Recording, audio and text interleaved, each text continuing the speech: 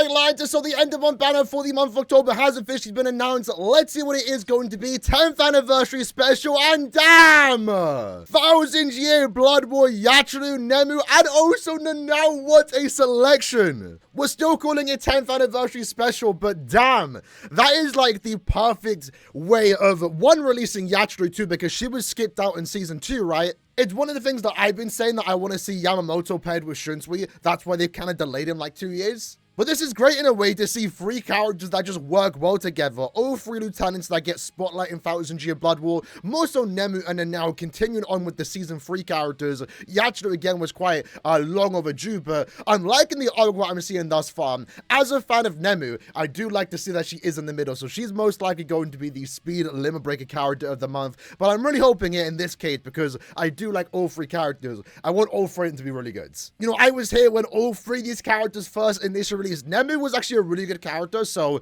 probably going to see that again. Yachiru now kind of got like the short end of the stick when they first initially released. They weren't anything too super special. Yachiru in particular was also just very bad, one of the worst Blood War characters of all time. So I'm hoping all 3 characters can be good here, because we're looking at some potential good stuff. So first up, we're already looking at something insane here. What we have here is a mini strong attack. SA2 for NEMU is a superior strong attack. All attacks can inflict lacerate plus, and she also does have the massive spiritual pressure boost on self when she uses her EX move.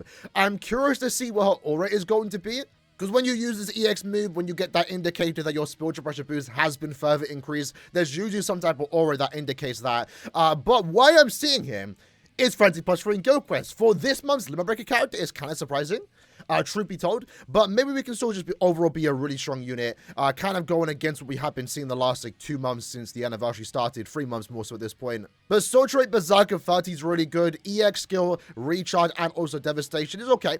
It's okay. And then we also do have Poise Break and also Sword per Resonance. So that's actually pretty good. Nice to see that return. But scrolling down, looking at the skill this character does have, Berserker 40, Frenzy plus 2, free in Guild Quest, 80% spiritual pressure boost, a Poise Break, Lacerate plus, which is kind of interesting to have for a character like this, but okay. It works, it makes a bell. You do get the extra, again, damage when you do have Swordpers in your team, and you also have the increased Dazzlement chance, Poise Break, etc., and the standard stuff. I guess she also does have 30% more Berserker through the Soul Trait. So we are looking at an overall good character. Nothing super crazy, though, especially for this month's Limit Breaker unit, because, again, she has Frenzy 2. The norm pretty much has been Frenzy plus 3. Everywhere, not restricted to Guild Quest, so I'm not a big fan of the Guild Quest skills right now. Really depends on how now's going to play out. But also one thing to note, right, because this isn't an anniversary character, this isn't an end of year character, right? Her spiritual pressure boost is only 50%, so very similar to Swimsuit Yoruichi that came out. It's a good EX move to have. It's much better than having just a damage EX move, but it's not nearly as good as like the really good ones, like Part 2 Bankai Renji, end of year Fullbring Bankai Ichigo, and 9th anniversary Kenpachi that have a 100% increase. But I still like that she does have it nonetheless, especially when compared to Yoruichi, who came out early this year. Yoruichi is very similar, but she's lacking Berserker. At least NEMU has Berserker everywhere. So, you know, while it does suck that she only has 23 in Guild Quest, honestly, it should be fine. In co-op content, epic raid content, assuming there are more Swordpers in your lobby, you are picking up significantly more Sword per Resonance, so more strong attack damage. So, not too bad. Would have liked to have seen Frenzy plus 3 everywhere, but scrolling down, what we have next is NANAO. So, NANAO is a normal attack damage character. Looks like we have a lot going on here. Would have preferred if she was an SP character, but we'll continue on. Strong Attack 1 is a minor heal. Strong Attack 3 is a barrier and boost. All attacks except Strong Attack 1 and 3 can inflict Lacerate plus, Sorry per Killer plus. As a range character, it's actually pretty good. That Guild Quest phase does lack like a relevant new normal attack damage character. But what I am liking here, actually, to be fair, is that she does have the 40% more damage at full stamina. She has Aura. What's Aura? Spiritual pressure plus 30%? Okay, we'll see what that has to do with something. But we also have a gauge effect, where once we do apply the gauge, we do get Fry plus 1, and also 100% Bruiser. We have the heal on the gauge, we have a team party buff on the skills, and also increasing their special move damage. For everyone, but specifically Swipers do get the extra 30%, so even though they are a normal attack damage character, I am potentially liking what I'm seeing here. So what is the base damage? Flurry 2 as base is insane. Because we saw with, you know, Macy was really good. And she has Flurry plus 1. 2, when the gauge is activated, we have Flurry plus 2. 60% bruiser, an extra 20% normal attack damage to your entire team. What is Aura? What is Aura? This just came out of nowhere. What is Aura? Okay. Potentially everyone gets 30 SP? Just by having this character on the team? Interesting. But we also have the 40% nat here. So you have pretty much like, let's just say 120 bruiser, flurry plus 2, the extra 30% damage again to Soripers, right? You have the gauge rampage, you have the heal. That's really good. Scrolling back up, she has the boost and barrier and also heal. That's also really good. And then on top of that, you get an extra flurry plus 1 and bruiser. While it might be, you know, especially for such a cool character like NANAO, right? No attack damage character. Everyone wants your favorite unit to be like a really strong, powerful spiritual pressure unit. What we're looking at here, though, looks to be relatively insane, especially as a ranged normal attack damage character. This might be the best normal attack damage character in the game. You know, a lot of people want characters like Aizen to return, just really fun normal attack damage characters. We potentially have that with this NANAO. Yes, she doesn't have the attack boost, but look at the damage that we're looking at here. You know, flurry plus 3, 240% bruiser, 220% bruiser is absolutely insane, especially with long reach, with the boost, the barriers, the heals, and also an aura with 30%. What is aura? Let's go down. Let's go down. What's Yachiru? Another Nat character. I feel like we're getting too many Nat characters. I don't mind them because they've actually been good, but I would have liked to have seen 2 strong attack damage characters here. So from, what's her name? Yachiru, I do kind of like, although it might be against her. She is an Espada Killer Plus unit, a ranged one, to be fair. She never mind. I thought it would be a melee one, so that way it works with, what's her name? Kenpachi. That would been really cool having both of them, but we have a boost and heal strong attack 2. Strong attack 3 is a major boost, so that's actually really good. All attacks except SA2 and 3 can inflict slow plus. Okay. Espada Killer Plus, normal attack damage plus 35% as a soul trait, decreased damage taken at 20% through the EX was actually really pretty insane. Flurry plus 3 in Guild Quest. This is the one character I don't mind being a normal attack damage character, if that kind of makes sense, because her whole thing is that she hits 3 times. When she slashes before and after, so it makes sense having Flurry plus 3. But we have a look at the skills this character does have. You have the booster skill, you have Flurry plus 2, 3 in Guild Quest. That's relatively fine. 60% bruiser is good too. Also does have noticeable follow-up. That's a skill that you might not know about because it doesn't really get put on too many characters. But when an enemy gets knocked over, the only way to attack them until they get back up is by using strong attacks. Normal attack damage characters, if they were to use their normal attack damage string, you know, attack, they can't hit them. So with the follow-up skill, it does allow them to instantly hit the enemy when they do fall over. That's actually pretty good in Guild Quest for characters like this to have. Just being able to potentially kill enemies that get knocked over instead of having to wait like a second for them to get back up. So I personally don't dislike that. Long reach is pretty good to have. You also have the 35% normal attack damage. So one of those ones too. It's nice that at least the Flurry plus 2 is kind of the norm outside of Guild Quest. So even though she does have Guild Quest skills here, it's not that big of a deal for characters like Yachiru. Because Flurry 2 everywhere with basically 100 bruiser and extra 30% damage to heart characters is actually really good, by the way. You have the team boost SA2 and 3, right? Let me just double check that. What is the SA2? SA2 is nothing. No. SA2 is a boost and heal, and then the SA3 is a boost. Again, these normal attack damage characters have been actually really, really good.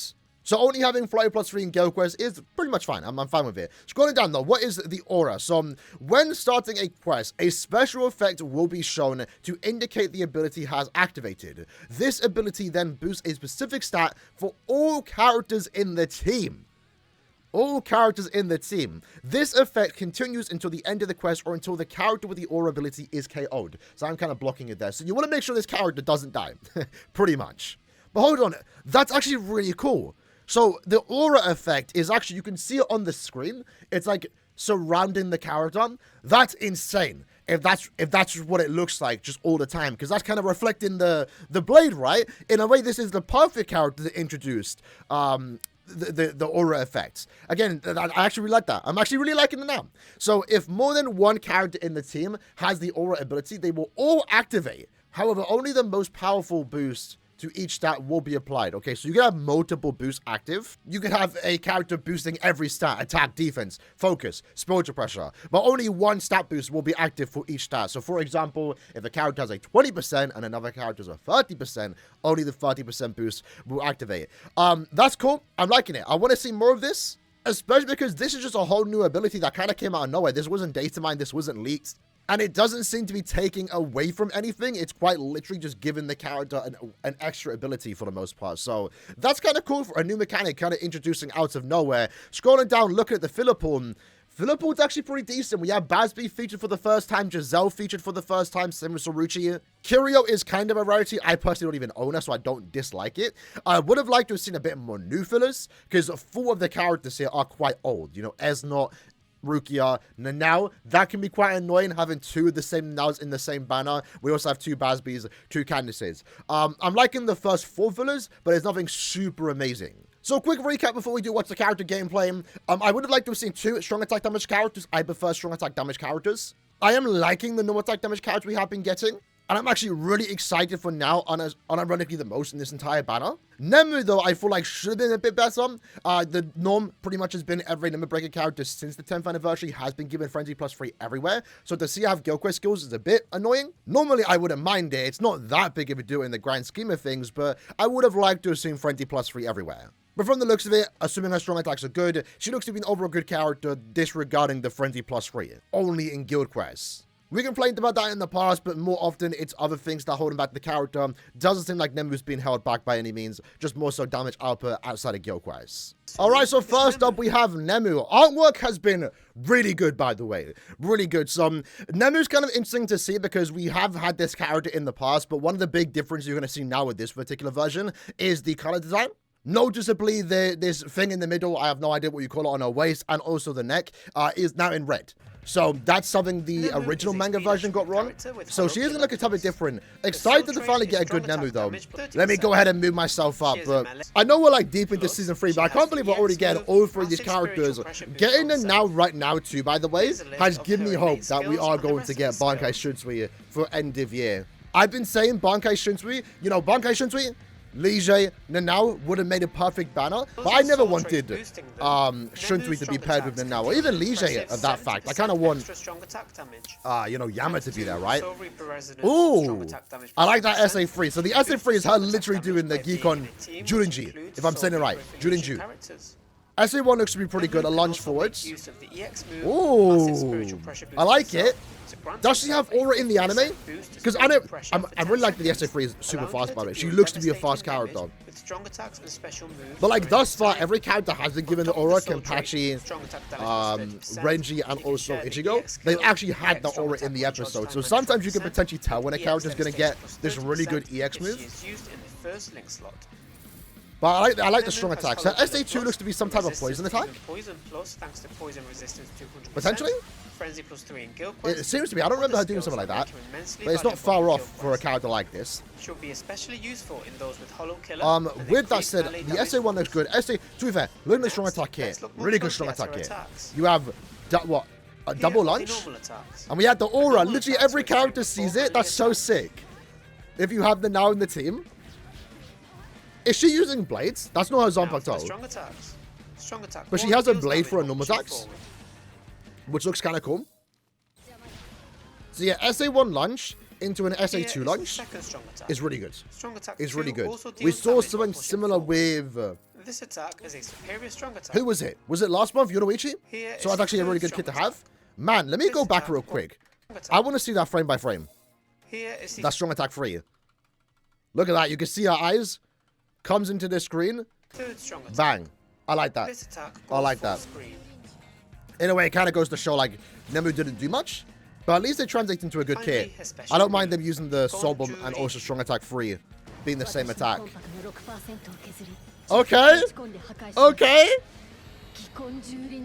Okay. Ooh, get the impact frames too. Hey, that's sick. Man, they've been cooking with the sub animations. Obviously, I recently watched the episodes for the screenshots yesterday. That item was 1-to-1. I like it. Let's see those impact frames. Show me more impact frames than BBS. You love to see it. All right, let's see it. Oh, that is beautiful. I like the after effects shot. I don't think that's in the anime because they can't show Pineda, right? They don't show enemies in the Soul Bomb. But I like the after effect. I don't think that was there in the episode. And now for NANAO. NANAO. What amazing artwork. Would have liked to have seen the glare effect in the actual model though, truth be told. So yeah, honestly, I'm maybe most excited for NANAO, despite it being the normal attack damage character of the banner. Because these are good. You might not get better than NANAO. Like a ranged normal attack damage character, giving everyone SP, giving every Soripa more damage, normal attack damage with the EX skill, and you have throw +3, like 200 bruiser everywhere. I know everyone wants to see the attack boost back, but these characters have enough damage. Like, damage for these characters, especially now, right now, is not an issue. We don't need the attack boost, like we do need the SP boost for a lot of characters. It just adds more RNG to what we're seeing right now, more consistent damage, especially when you are at full stamina. The aura does look nice. Did it have like a little glare effect? Let me go back, hold on. Like when the room first started, with the new aura, it moved a bit more at the start, so maybe there's like a special animation. Spiritual pressure of all her allies by 30% simply by being included in the team. That's cool. Strong attack wise, I would have liked to, I mean, I guess it doesn't make sense. I would have liked to seem to be reflecting the rainbow, or like the attacks, but she's very similar to the original now, where she's kind of just using Kido attacks, which is kind of fine. Which is kind of fine. This character literally, the jump up towards one attack, and it reflects, so I would have liked to have seen less Kido, but it is NANAO. Like, it's like, what else do you expect, you know?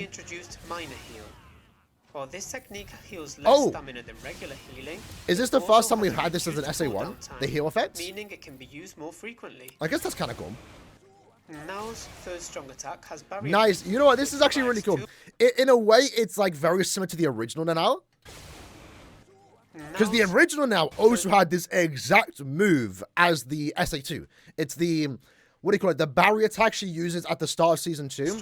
In the manga though, or when they, you know, made the manga version of the character, it was like a white shield, but obviously in the anime it was like orange. So it's really cool. Like, in a way, it's like, it's actually a remake of the original unit using some of the similar attacks that she does showcase in the manga, but this time now with like the correct colors, you know? Oh, look at that. That's actually got an extra effect. Kind of. I don't think this is unique to NANAO. But you can actually see that when she takes an attack, you actually see the barrier effect, you know, get hit. Which is what, again, it looks like in the anime. So yeah, damage output's going to be insane. She also has last rate too. Would it maybe like an increased Dazzle chance? Because that's what made Macy insane for Limit Breaker. Is that when she did use her normal attack, she was inflicting drain and last rate. So you know, now it's not going to have that. But for the Guild Quest phase, range Soripa, it's good. It's good. Makes sure Luigi bound. This GQ phase in general has lacked a good normal attack damage character other than Yoruichi. Sorry, Orihime. So what Kido attacks are we doing here? We're doing something. You won't catch me saying what those attacks are called. With that said, this SA1 looks very similar. Or familiar to what we have seen. Like, I can't recall it. But it's some type of Kido attack. I feel like we've seen that in the game before. It also heals. So yeah, how much heal? Forward. It also heals. 20%? Don't quote me on that. Here is the for like 10 seconds is actually not bad. Strong attack 2 gathers enemies in front of the SA2 here multiple times gathering together is actually really good too. Groups everyone together in front of her. Strong attack 3 deals potentially inflicts stat elements.